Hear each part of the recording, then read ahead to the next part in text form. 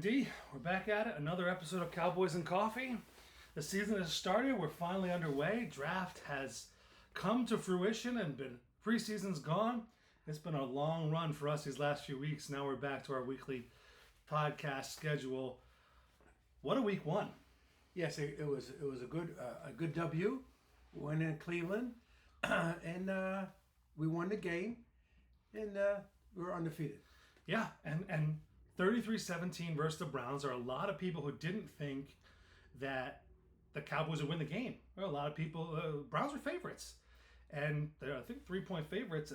Right. Cowboys went into a place. Cleveland was 8-1 at home last year, and they beat the absolute tar off these guys. They made Deshaun Watson look. I don't think pedestrian is even the word. He looked unplayable.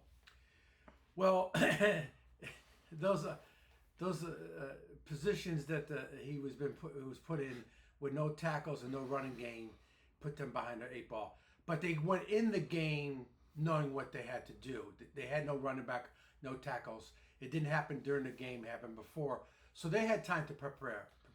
Yeah, absolutely. And I think. And you play who you play. Give me a star of the game. Someone you thought that was a star. I mean, there's a lot of people who played tremendously well. Give me some star. I mean, let's just go over some of the things. The star of the game is Zimmer. Correct.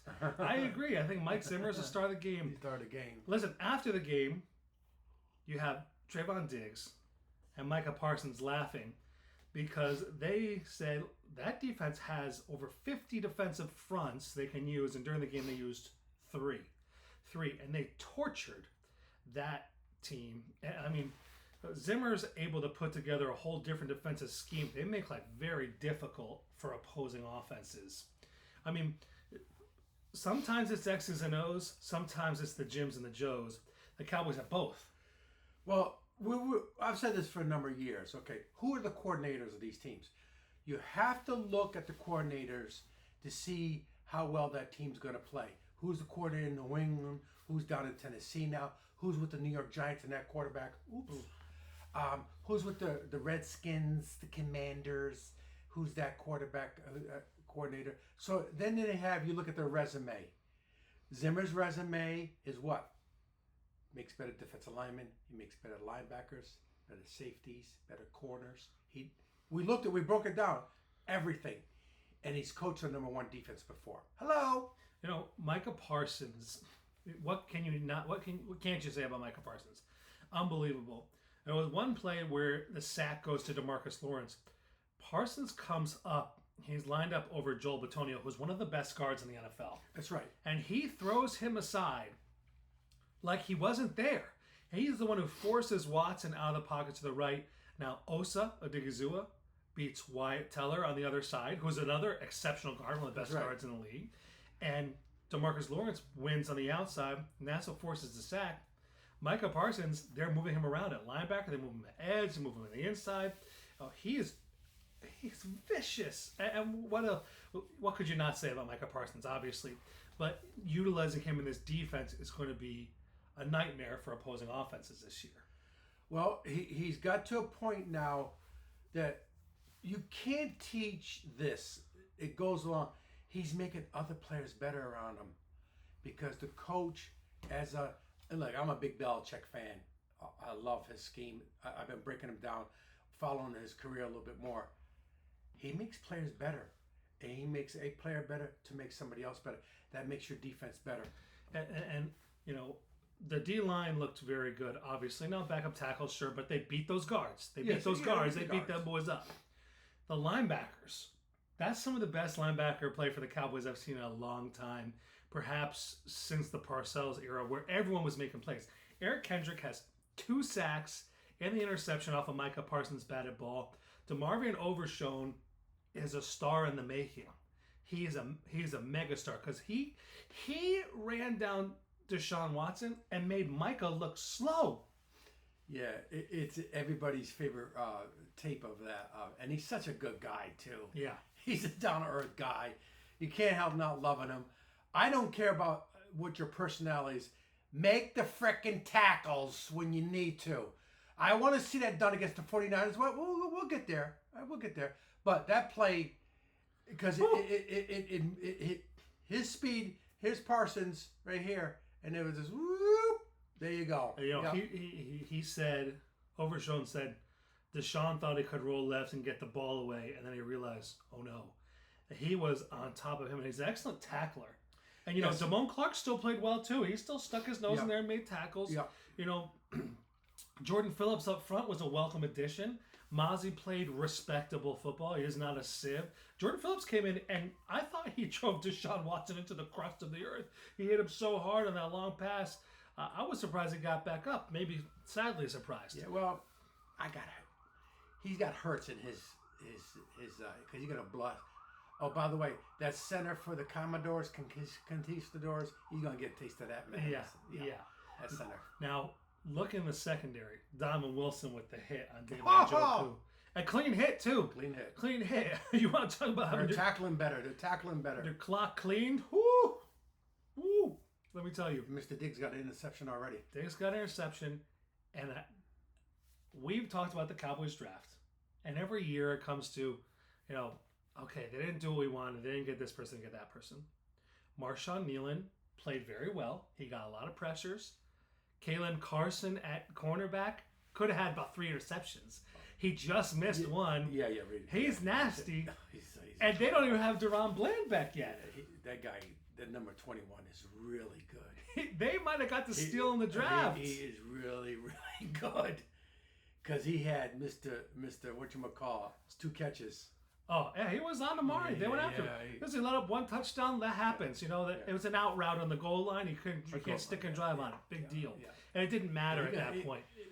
Somebody's going to get picked for a 6 this year. Absolutely. Yeah. And when you have Diggs and Carson and Bland back there, and Jordan Lewis is playing exceptional football. Last couple of years, he's really improved. Yeah. Yeah. A couple of years ago, we were talking about him not making the roster. Right. Now he's a leader on that team. Yes, he is. Yeah, he's a small guy too. Yeah, and he plays excellent in the slot. He's a great fit there. And now, when Bland comes back, you can have Bland and Carson on the outside, Diggs and Lewis in the slot. And even if the team goes 4 wide, it's gonna be a rough go. And you think Zimmer has a defense ready for those guys on the same field? How about a 3rd and long with those guys on the field covering people? You know what it means? That means the quarterback holds the ball longer, and guess what? Gets rattled, gets sacked, loses the football, picked it up against Hurts, and runs it in for a score in Philly. Right. There's two. I've already planned that out. There's 2 types of sacks. One is the defensive lineman actually beats the offensive lineman, whether it's speed or technique or by brute force, and he gets a sack. Then there's coverage sacks, and you're going to see a lot more coverage sacks this year. The Cowboys with their double A gap blitz front that they show, where the 2 linebackers come up into the A gap, caused a lot of problems. Drew Brees was talking about the other day, and it really does create a lot of issues. Do both blitz into the A gap? That causes a problem. Do both fall back? Then they're in a zone, or they're in prevent. That creates other problems. Do they one blitz and fall back, or the other blitz and fall back? That determines whether your hot routes on one side or the other side. It determines where your line slides. And if your line slides the wrong way, guess what? You've got Micah Parsons or DeMarvion Overshown, or a cornerback. Jordan Lewis is good at blitzing, or Donovan Wilson blitzing off the edge. There's a lot of ways to create pressure now with this defense. Well, what happens is this, because it's not read and react. You got to go out of the shotgun. You're not going to go over the center with the double blitz, the double guys. You're not, because by the time you turn, you're going to get it. So you're in the shotgun. The defense is already going to know what you're going to do with the ball. They've taken away some of your options. So some of your options being taken away, guess what?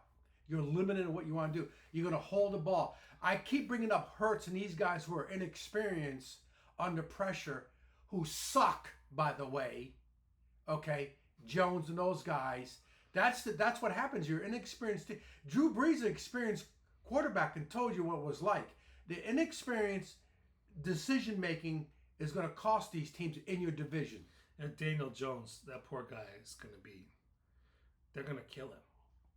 I don't mean that literally, but they're gonna hurt him, because that Giants offensive line. Andrew Thomas is legit, but Andrew Thomas don't have an answer for Micah Parsons either. They're gonna torture those guys and probably put Micah over Evan Neal if he's that right tackle. And Dak, I thought played a tidy first game, 179 yards, a touchdown, and you can complain about here or there. It's obvious in the second half the Cowboys took their foot off the gas to kind of control the game. They still won by 16 points. And you can say they didn't play a full 48 minutes of good football. They had sometimes, but they controlled the game. They were in control the entire time. Yeah, exactly. What a difficult time the Browns had moving the football. Amari, obviously they threw at Diggs once over the top or twice, and that was it. They kept trying to throw at Carson. They didn't really have anything, and they couldn't run the football. That was Cowboys' run defense well. Zeke looked lively, which we did not think he would be back. We didn't think it'd be worth it. We thought he'd be short goal line back. But tell me what you've talked about the usage, how you kind of change up some of the usage for the Cowboys running backs. Explain to me now, because we'll let everyone know what you think about that. Well, here's where you want to put people out of position to succeed. I wouldn't start Zeke. I'd bring him in at the 20-yard line. I'd bring Vaughn in the open space and bring here's your running back and give him 15 to 20 carries from a certain yardage. Okay, and then you rotate them at certain positions, rotate around. But you want Vaughn in open space run that starting lineup because you can hide him. There is advantage of play action when linebackers cannot see. They have to see the ball. If you cannot see the ball, that means you cannot. Let me teach you people something. You cannot call right defenses and react the right way if you cannot see the ball. That's why Peyton Manning and Brady were geniuses at this ball, at that hiding the ball.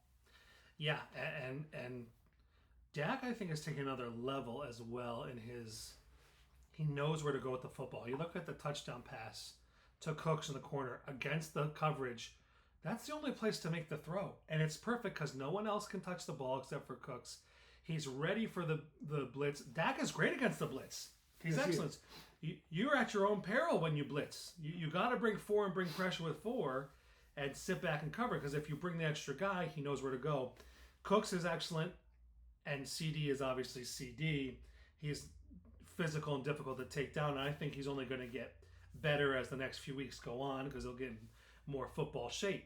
Now, Cowboys dodged a bullet with Jake Ferguson. Whether or not he plays this week, we'll see.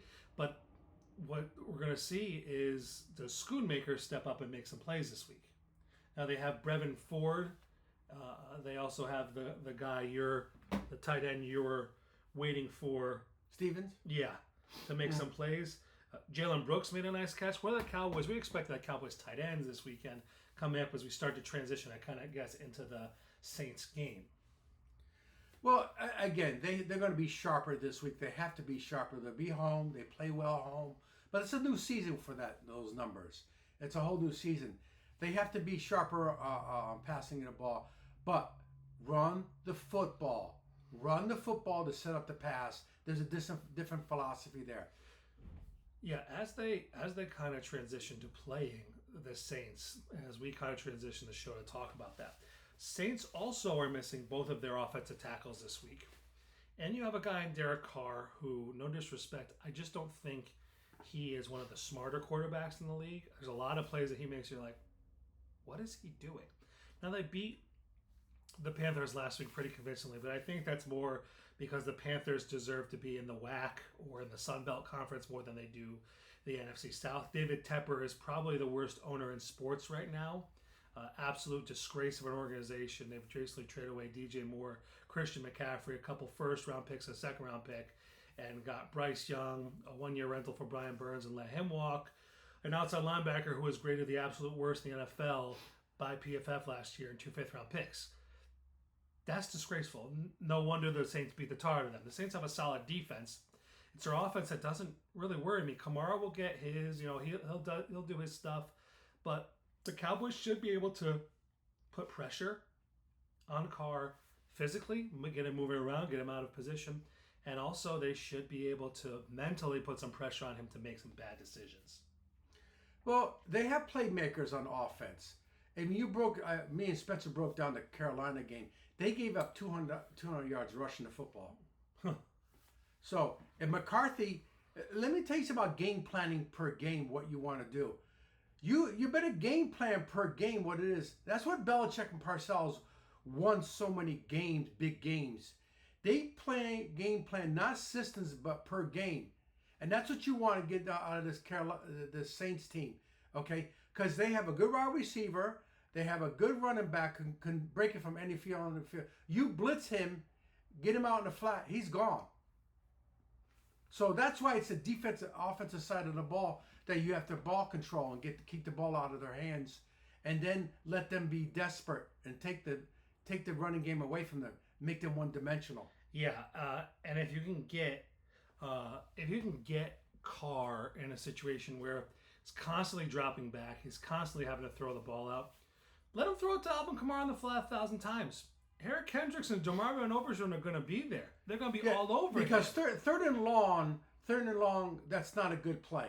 Right. Okay. Second and long, you can get away, but third and long, you can't live by dumping the ball off to your running back and think you're going to get 8 to 10 yards. Right. That was my game plan when I played Madden 99 at the end of 64. That doesn't work in the modern NFL. And even with some of the West Coast, which we can throw, I mean, we've seen some guys throw at or behind the line of scrimmage. I know Mahomes has gotten away with it. Mahomes is the greatest quarterback in the NFL right now. And Andy Reid is their offensive coordinator. That's not the Saints. Right. And that's what the Saints are going to have to, that's what the Saints are going to have to do this week. They're going to have to figure out how to beat this defense, and they're going to have to figure out how to do it mentally. And the great thing about Zimmer is the offense might have their moments where it feels like they're taking the foot off the pedal. But the defense, Zimmer doesn't allow that.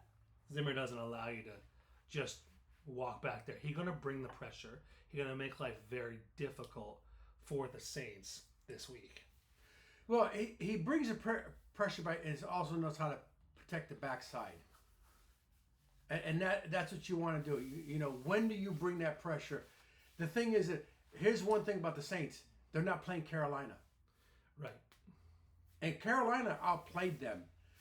2 of those scores were set up by turnovers by the Panthers. Yeah. So they got some peanut butter and jelly handed to them on the bread to help them. So the Saints are not playing Carolina. Yeah, they're playing a team that's legitimate. I don't know if Super Bowl contender. I'm not gonna say that week 1, but they're an upper level team. Right, Dallas Cowboys are an upper tier team. They're yeah, experienced. They've been together. You know, how about Tyler Guyton and Cooper Beebe? I told you since the beginning of the season, I love the Cooper Beebe pick. He took over for Brock Hoffman, and I think the Cowboys have depth in the offensive line with Brock Hoffman and T.J. Bass and Asim Richards as backups. Not that I want the guys to go down, but they play well. Zach Martin played well. Steele played well on the run. You also have Tyler Smith, who may be the best Cowboys lineman right now. Maybe better than Zach Martin at this moment. Yeah. He's taken over perhaps as the best guard in the NFL. Yeah, you got 2 rookies starting up there, did incredible jobs. And they start out at a high level players in front of them, high level defenses and stuff. And that's what you want. And his defensive front by the Saints are no slouches either. Right. You don't get a perhaps more difficult matchup as a rookie left tackle, moving from right tackle to left tackle until I got in. Yeah. And you do a Myles Garrett. Now he got a sack, but the Cowboys did a good job game planning and putting in place plays and ways to chip him so that he didn't cause a ton of havoc. We've all been there when Alex Barron let up how many sacks for the Cowboys years ago and false starts and just how many nightmares against the Falcons. What was his name? The Falcons had 6 sacks. Just absolute nightmares. Yeah. It's not like that anymore, even against a rookie. Please. And Cooper Beebe can knock you out in the run game. You know, they've had a good start. It's time to get back and to kind of establish the run this week. We'll see if that's with Rico. We'll see if it's with Deuce. But they have to get back to running the football. Because I'm not worried if Dak can throw. I'm really not. You know, CD will get his. Ferguson will be back, thank God. The major injury averted. My question is this. Do you think the Cowboys have a trade in them for the offense this season? Would you trade a first-round pick for Devontae Adams? Wow. Trade a first-rounder for Devontae. No, I wouldn't No. do that. But I would trade Lance to the Raiders or the Dolphins. the Dolphins for a second round pick. Give me a second round pick. Would you trade a second rounder for Devontae Adams? Of course you would. Would you trade a third for Amari Cooper? Get Cooper back? Yeah, that'll never happen. I don't think the front McCarthy office doesn't like him. Rather don't like him. Yeah, McCarthy doesn't like him. But there are some players out there that could be had. It seemed like on the offensive, the receiver spot, there's somebody missing. It seemed like there's something missing there. Tolbert. We're used to having 3 good receivers. Yeah. We're used to having Amari and Michael Gallup when he was young and healthy and good, and CeeDee Lamb. We're used to having that third receiver who's there. Not that Cooks is bad. Cooks is there. Jalen Tolbert, we're waiting to see him take that next step. And if he doesn't, well, it might be time to pull the trigger on the other number 2/3 receiver and take the Cowboys offense to that next level. Now, Jake Ferguson gets his too. What's his name? Fournier? The other receiver. Flournoy. Yeah, But this last week, we saw Jalen Brooks. Brooks got his catch. Yeah, Brooks got his catch, yeah. So, it's a little different than what we were used to or what we thought we'd get. And listen, Bill Belichick said this week. Cowboys have 2 weapons on special teams that other teams don't have. Cavante Turpin, who returned his first punt for a touchdown, and you don't even want to talk. I don't think teams will even bother to kick to him on kickoff. They'll just give Dallas the ball at the 30, because if he slips a tackle or 2, you ain't catching him on the new kickoff. And then you have Brandon Aubrey, who in my opinion is now the best kicker in the NFL. This guy's incredible. I mean, he's like shooting threes like Curry. Yeah, that's a great way of putting it. Like His range and the ease with which he hits it. I thought they were going to try it for 71. Yeah, This is outdoor. This isn't in a dome. He's kicking this ball. That's a long ways, Jack. Yeah. That's a long ways. You stand out there looking because it goes through the goalpost. Correct. Not through. And it puts tremendous pressure on opposing teams, because now once Dallas gets, if you get the ball, you kick the ball off, and let's say it's a touchback, Dallas gets the ball at the 30, 20 yards, and Dallas has put pressure on you because they can score now. From the 50. Yeah, he shoots threes. Right. If you get to the 45, he shoots threes. They're in field goal range, and they're just putting up points after points after points. And you say, okay, it's touchdowns, that's what wins your games. Don't get me wrong, I hear that. Yeah. But if I can get 13 points instead of 7, right, I'll take that. If I get to the 40, well, I don't feel any type of problem at all with a 53-yard field goal or whatever it is, 57-yarder. A 57-yarder for him, I'm okay, we got it. Let's go. You get just over midfield and you're already in field goal range. You already put tremendous pressure on the defense, because it just adds up. And if he's putting 3 field goals on just from that far range, those extra 9 points a game, even 6 points a game, that's the difference. If you're adding, you can win the game from there. Right, and that's a great point too. You can win the game from there. You get to midfield. Yeah, you can win the Super Bowl from there.